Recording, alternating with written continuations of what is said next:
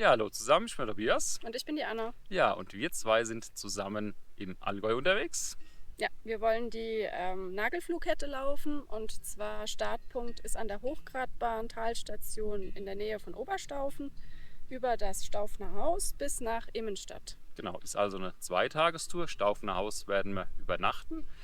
Ja, auf der Tour ist einiges geboten. Gratwanderung, einige anspruchsvolle Stellen, Aussicht und Panorama satt, wie ihr hier schon hinter uns seht.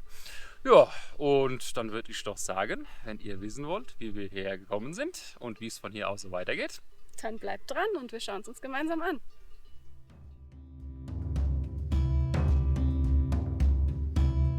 Startpunkt unserer Tour war an der Hochgradbahn bei Oberstaufen. Nach kurzem Stück durch den Wald ging es dann meist schattenfrei und zeitweise sehr steil bergan. Bis zum ersten der 14 Gipfel wollten rund 7,5 Kilometer überwunden werden.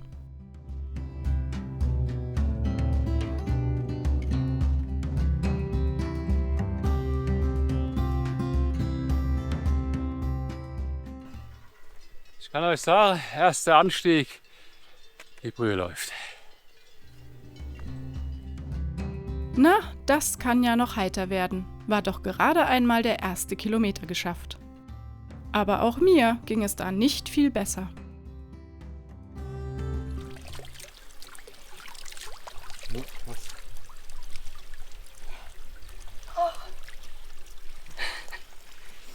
Ich war vorher auch nicht weniger nass. Ihr müsst wissen, für unsere Zeit im Allgäu gab es eine offizielle Hitzewarnung nach der anderen. Also war von Anfang an viel Trinken angesagt.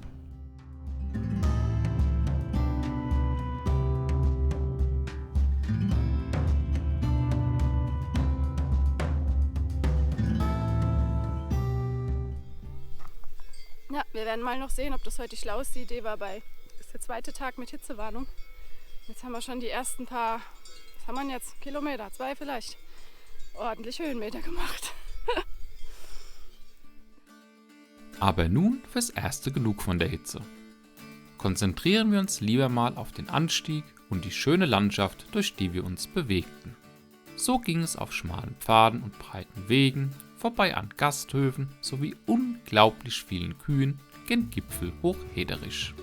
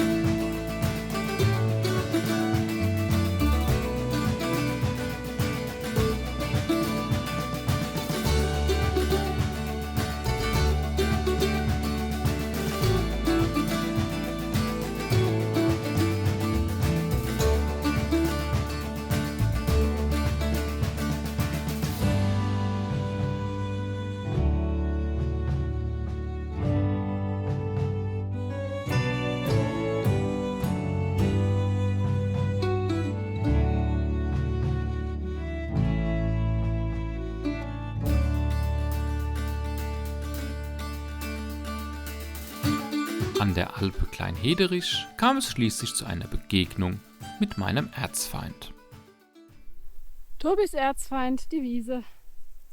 Ich korrigiere die Bergwiese.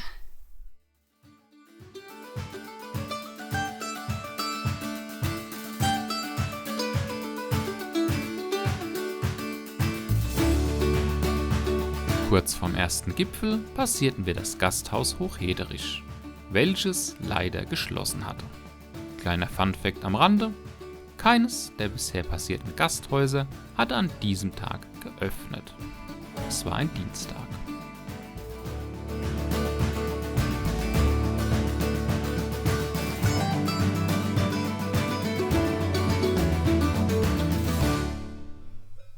Ja, der erste Gipfel ist erreicht, der Hochhederisch, 1566 Meter hat er.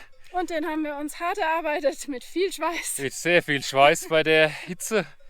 So. Aber da genießt man den Gipfel auch umso mehr. Fantastische Aussicht.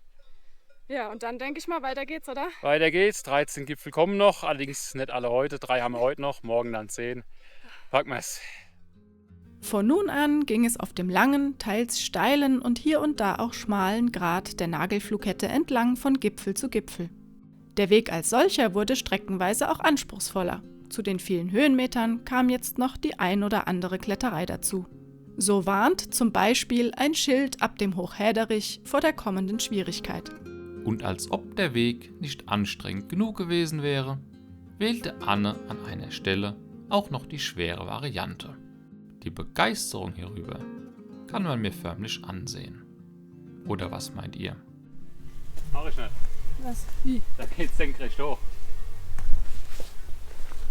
Ja, aber das ist ein Stahlseil. Nein. Wie wär's mit Nein, wir gehen unten rum?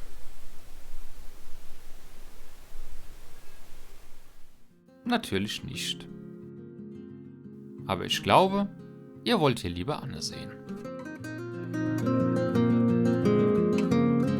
Beeindruckend. Bestimmt war Anne im früheren Leben Bergziege oder ähnliches.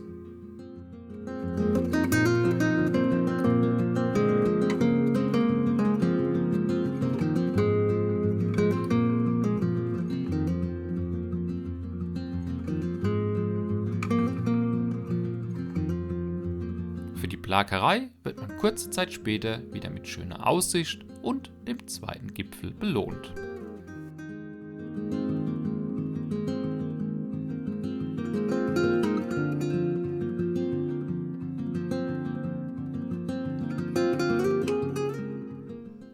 So, wir haben es geschafft. Der zweite Gipfel für heute.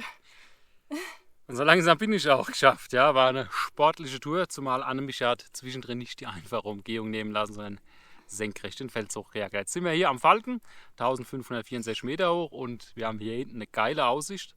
Blende ich euch direkt mal ein. Ja, dann machen wir auch weiter.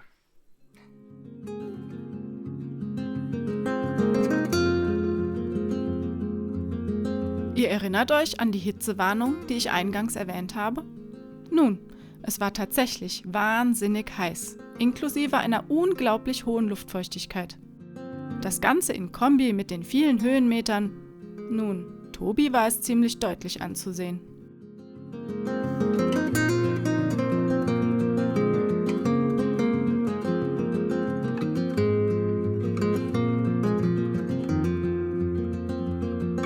Am dritten Gipfel gab es zum Glück ein wenig Schatten. Allzu viel davon sollten wir auf der Tour aber nicht bekommen.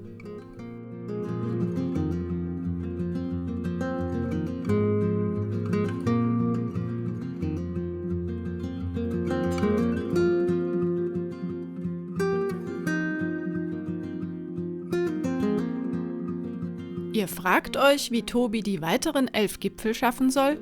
Glaubt mir, er fragte sich das auch. Ständig.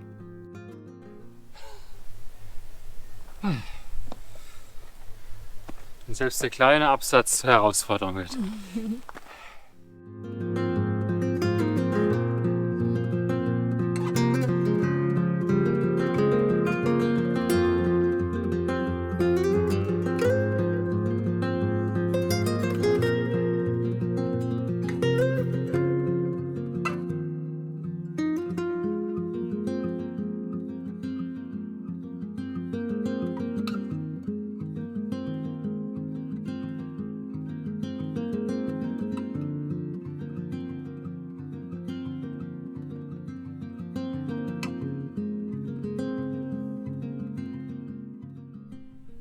So, letzter Gipfel für heute.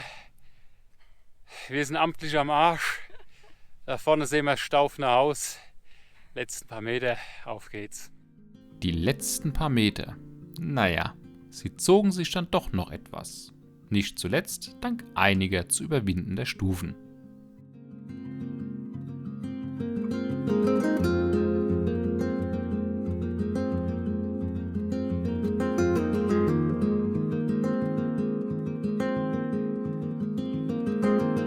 Aber dann war es geschafft und und es gab eine kleine Belohnung für uns.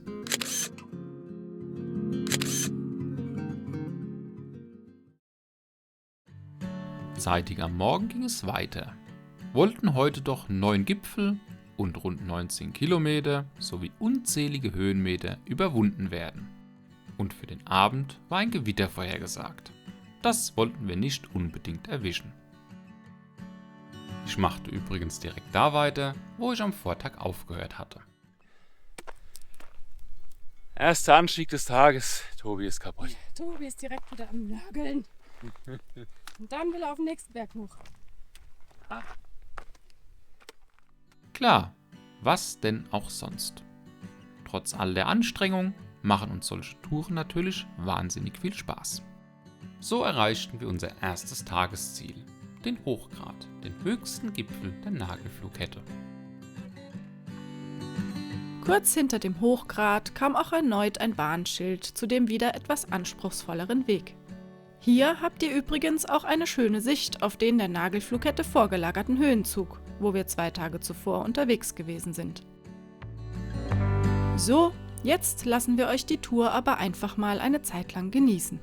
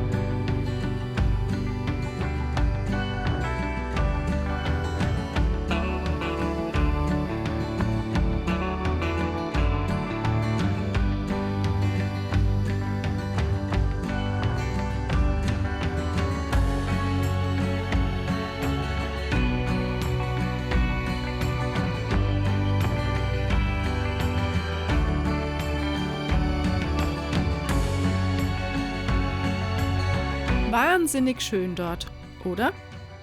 Derweil sind wir schon auf dem Weg zum 9. Gipfel und es geht mal wieder steil bergan. Tobi natürlich in seinem berüchtigten Berggang. Na, wer ist der langsamste am Berg? Tobi, wir müssen üben.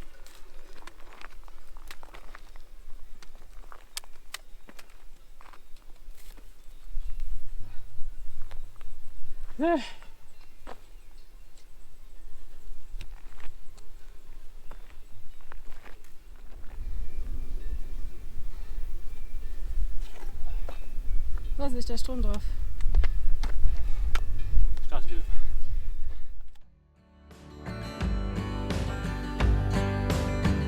Am 9. Gipfel machten wir ein kurzes Päuschen und nutzten die Zeit für ein paar schöne Fotos.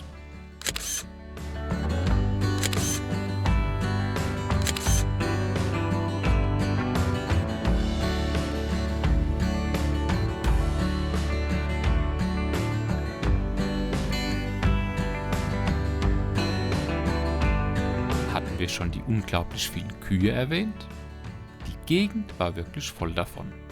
Das erklärt übrigens auch die vielen Elektrozäune und Durchgänge durch dieselben, die ihr die ganze Zeit im Video zu sehen bekommt.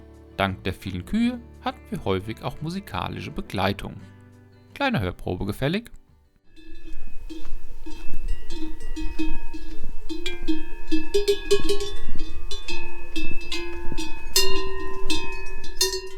Übrigens hört man die Glocken nicht nur am Tag.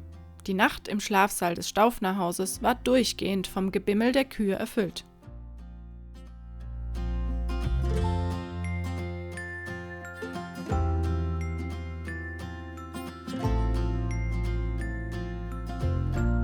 Gipfel 10 und 11 liegen sehr nahe beieinander, wie ihr hier seht. Oder anders gesagt, den vorderen, also den Gatterkopf, nimmt man quasi einfach so mit.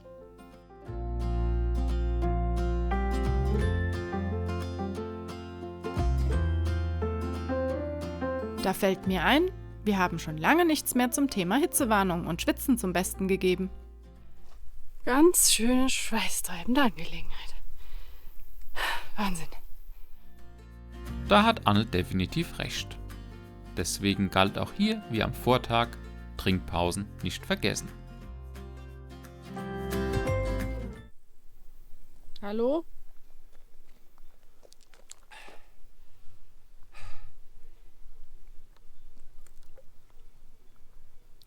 Er trinkt gerade mein Wasser. Was soll ich sagen? Es ist bitter nötig. Ja, ich darf's den Berg hochschleppen und er trinkt's. Natürlich trinke ich nur zuerst Annes Wasser, damit sie nicht so viel zu schleppen hat. Immerhin sind noch 3 Gipfel, um den Abstieg zu bewältigen.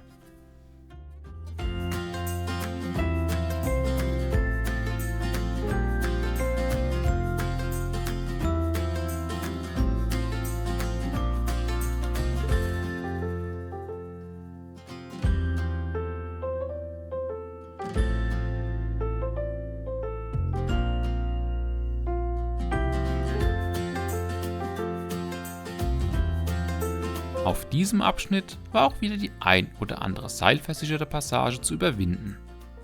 Hierbei bekommt man übrigens auch immer wieder schöne Blicke auf das für die Gebirgskette namensgebende Nagelfluhgestein.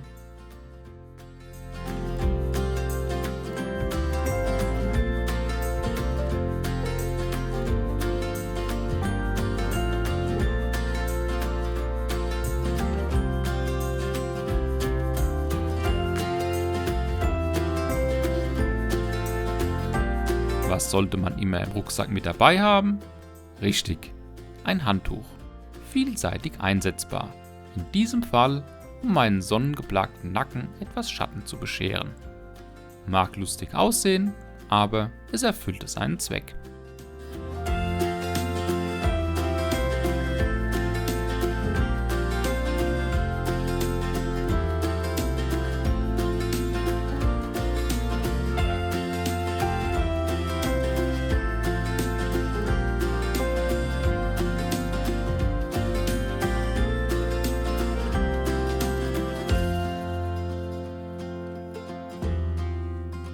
Ihr fragt euch gerade, wie Anne mit Kamera diese Stelle überwunden hat?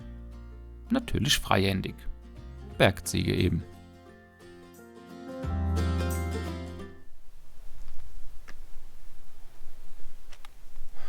Wo ist er? Wer? Der Gipfel? Da, das Häufchen hier. Das kleine Häufchen ist der Gipfel. Das eigentliche Gipfelkreuz war ein Stückchen weiter des Weges.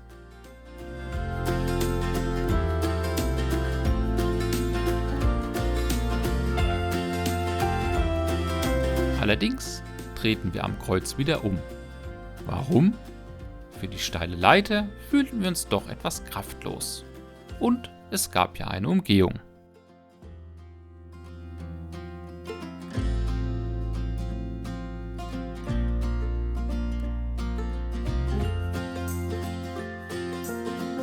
Ihr erinnert euch, dass Tobi vorhin erwähnte, dass für den Abend ein Gewitter gemeldet war? Da kommen auch schon die Wolken. Und erste Regentropfen. Erschöpfung hin oder her, da legten wir gleich einen Zahn zu. Der Abend scheint im Allgäu früh anzubrechen, war es doch noch nicht mal 16 Uhr. Das sah gar nicht gut aus.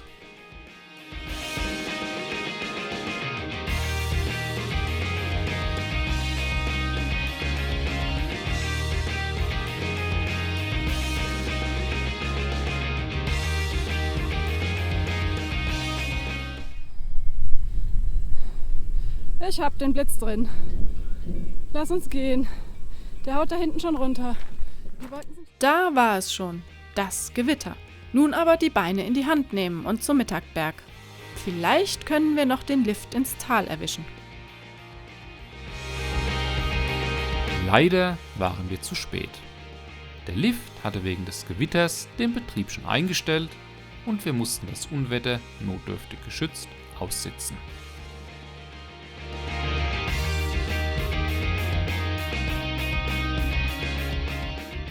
So, Mit dem Lift wird nichts mehr, der ist nämlich nicht mehr gefahren. Mit der Verköstigung wurde auch nichts mehr. Genau, die hatte nämlich heute geschlossene Gesellschaft hier oben. Ja. Ergo haben wir jetzt hier unterm Dach den Regen ausgesessen und machen uns jetzt fix an den Abstieg, bevor das nächste Ding noch runterkommt. Ja. Der Abstieg war dann auch relativ unspektakulär und führte meist auf breitem Weg bergab bis nach Immenstadt.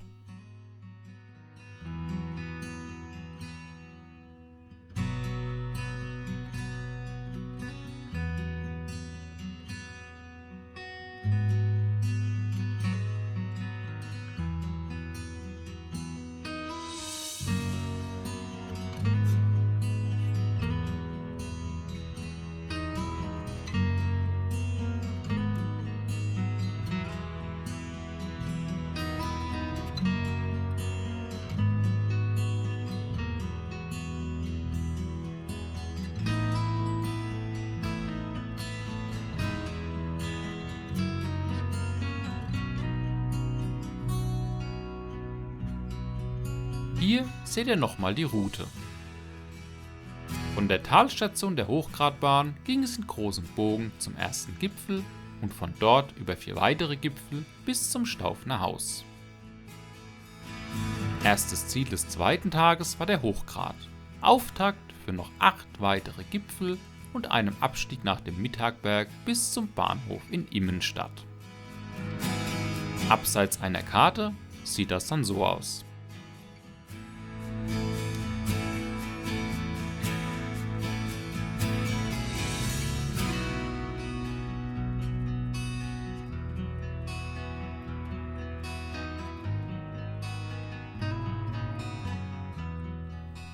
Ja, das war sie, unsere Tour über die Nagelflughette. Hier hinten seht ihr den Mittag, sprich unseren letzten Gipfel, da sind wir dann runtergekommen. Ja, Anne, was meinst du, wie war die Tour? Tja, was soll ich jetzt dazu sagen? Also die Tour war entgegengesetzt dem, was ich jetzt eigentlich erwartet hatte, sehr anspruchsvoll. Wir sind gleich am Anfang steil bergauf den Berg getrieben worden, mehr oder weniger erstmal über breite Wege, aber in der prallen Sonne knackige Anstiege immer wieder. Es gibt ja viele Gipfel und einige davon sind wirklich steil zu besteigen, nicht schwer, aber sehr anstrengend.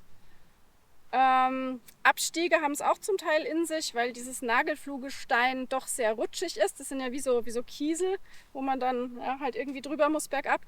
Da muss man schon ein bisschen aufpassen. Es gab viele schöne ausgesetzte Stellen. Es gab Kletterstellen waren dabei. Das war fantastisch. Die Aussichten. Mega Aussichten. Also wenn ihr da oben unterwegs seid, über die Gipfel drüber, rechts, links könnt ihr gucken. Es ist der Wahnsinn. Also das macht richtig Laune. Aber wie die Anne schon gesagt hat, die Sonne brannte. Wir haben geschwitzt ohne Ende. Ja, Wasser war etwas knapp gewesen, trotz üppiger Vorräte. Zumal gerade auf der zweiten Tour habt ihr keine Möglichkeit zum Auffüllen unterwegs. Genau, und also auf der zweiten Etappe. Und auf der ersten Etappe, wenn man es nicht weiß, wenn die Hütten gerade Ruhetage haben, dann genau, hat man wir auch hatten, keine Hütte. Wir hatten ein bisschen das Pech. Wir sind ja Dienstag, Mittwoch gelaufen. Also Dienstag war da überall Ruhetag und an den ganzen Hütten, wo wir vorbeikamen, gab es dann ja nichts mehr. Also war zu. Ne? Gut, nichtsdestotrotz, es hat gereicht. Das war gerade so genug. Dass wir durchgekommen sind. Allerdings, wenn ich die Tour jetzt nochmal, ich würde sie nochmal laufen, die ist wirklich schön. Aber ich würde sie, glaube ich, nicht bei so schwülem Sommerwetter nochmal gehen wollen. Dann eher vielleicht Spätfrühling oder Frühherbst, Ja, keine muss Ahnung. mal Oder gucken, wie zumindest. es mit dem Wetter, mit dem Schnee aussieht. Aber bei der Hitze war das schon Ja. eine Gut, anstrengende und Sache. am Ende, ich habe mir ja zwischendurch dann noch gewünscht, weil es so heiß war, ach, so ein kleiner Regen wäre jetzt toll. Kleiner Regen. Der wurde Ganz uns klein. am Ende wurde er uns dann doch noch beschert. Genau, habt ihr gesehen, wir sind ja im Tiefflug dann zur Bergstation der Mittagbahn. Die hat natürlich den Betrieb wegen dem Wetter schon eingestellt gehabt. Dann haben wir uns da noch irgendwie untergestellt und das Gewitter ausgesessen und sind dann nochmal nach Immenstadt. Die letzten, was waren es, 4,5 Kilometer, glaube ich, runter. Die waren nicht ganz so schön, Großteil über Asphalt beziehungsweise Aber es war gut Schotterpiste. zum Auslaufen, Zum war ganz Auslaufen, nett, weil ja. es war anstrengend genug. Und wir waren auch nicht die Einzigen, die vom Gewitter überrascht wurden. Genau, da haben also sich da waren- einige Wanderer gesammelt. Waren mehr Leute, die sich da noch irgendwie untergestellt Das haben. war so nicht angesagt gewesen. Ja. Aber haben wir auch überstanden. Genau, Tour war top und ich denke, damit Ja, haben wir es mal wieder, oder? ja. Ja, Also wunderbar. Dann hoffen wir, euch hat es gefallen, uns zu begleiten. Ja, euch wie immer viel Spaß beim Wandern. Und dann sehen wir uns auf unserer nächsten Tour wieder.